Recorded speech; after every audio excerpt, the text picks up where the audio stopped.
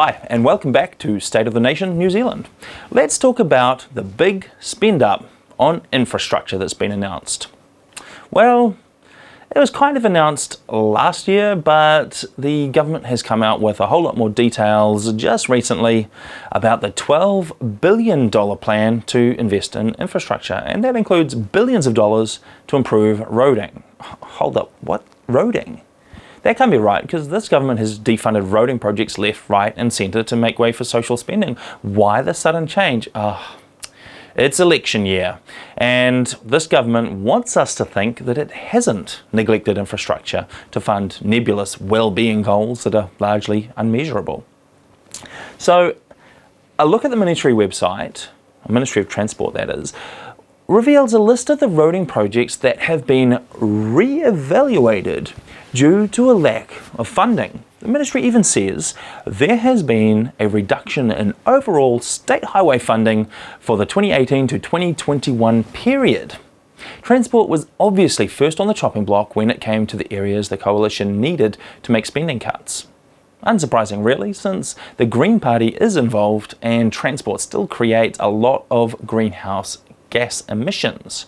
So what looks to have happened is that since the current government took power, it's been cutting funding, or at least letting funding stagnate for infrastructure to make way for all of the well-being goals that the Prime Minister wants to focus on. The problem with this approach is actually twofold. Arguably, infrastructure investment was already low from the previous government, and then the current government cut it further, or at least let it fall behind due to inflation to make way for this well-being budget. With this doubling down on deprioritising infrastructure, it's no wonder things are being described as rotting. Also, those well-being goals are pretty loosely defined and even harder to measure results on, which makes it quite difficult to see if we're better off after reshuffling the money go round.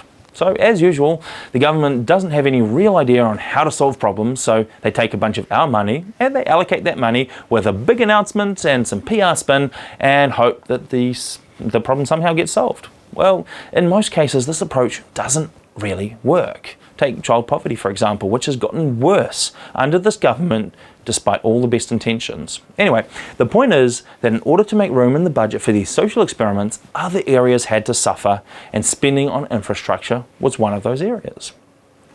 What seems to have happened, though, is that Kiwis have kind of cottoned on to the fact that this government has been neglecting infrastructure, even worse than the previous one. And it hasn't really been made up for in any perceived well-being. So $12 billion has magically been found under the rug in order to buy votes in the upcoming election. $12 billion that wasn't budgeted for. New Zealand's already increased borrowing at an alarming rate under Ardern, and now we're borrowing more on top of that? Long after the Prime Minister takes up residence in a cushy UN office, we'll be here in good old New Zealand paying off that debt through our taxes. If the government really cared about upgrading infrastructure, it would have been included in the last budget or two.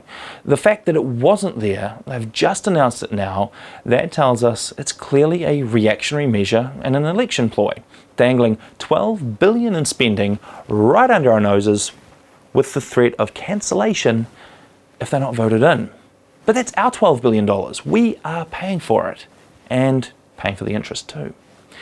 As if all of this borrowing and reckless spending wasn't bad enough, it looks like it's all being touted as a big upgrade with a fancy banner ad and everything. Obviously, that's some marketing genius's approach to spinning this entire situation to try and hide the fact that they don't know what they're doing. They wasted billions of dollars and now they need more to avoid running the country into the ground. The point here is not that infrastructure spending shouldn't happen. Of course it should. If we are to continue to grow our economy, we need to be more productive as a whole, and having good infrastructure is just a part of that. The big issue is that the current government underfunded some areas and funneled billions into unmeasurable social spending. And now that everyone has realised their well-being is actually worse off, they want us to borrow billions more to pay for the things that should have been done in the first place. If they genuinely cared about providing that infrastructure, the infrastructure we need to grow, then this spending would have started years ago. But every indicator has been that our Prime Minister does actually not understand how economies work and is treating hard-working Kiwis as nothing more than cash cows to fund working groups and pipe dreams.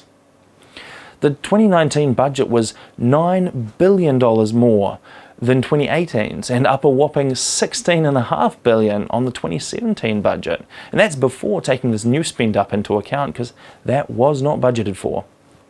The rate at which New Zealand's debt is growing is scary, and it's predicted to top $100 billion in the near future. Now, let's just stop here for a second and talk about good debt and bad debt, because not all debt is equal. If you take out a loan to start a new business and you use that money to enable you to grow the business, then there's no problem. You might rack up $1 billion of debt, but if that is going to enable you to make $2 billion, then you come out ahead. And that's how investment should work in New Zealand. If we spend $1 billion on infrastructure or social spending, we expect more than $1 billion worth in return. Sure, that return might be made up of tax revenue for the government, or an asset value, or even, yes, something more intangible like happiness. It just needs to give us something we consider value. If you take that $1 billion and just blow it without getting any kind of return, then it's a bad investment.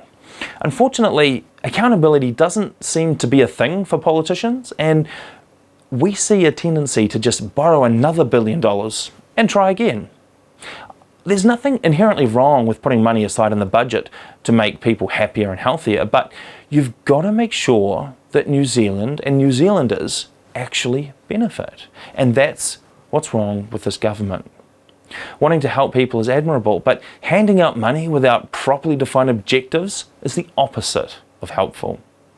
If you support this current trajectory, then it's really important to understand that people with the opposite opinion, they don't feel that way because they're opposed to helping people. They're just opposed to getting billions of dollars further into debt for a government that doesn't even bother to see if the spending makes any difference. Or perhaps they just object to votes being bought with our own money for a supposed big upgrade. Unfortunately, knowing the effectiveness of government spending, it looks like the only big upgrade we'll be seeing is in the balance of our national debt.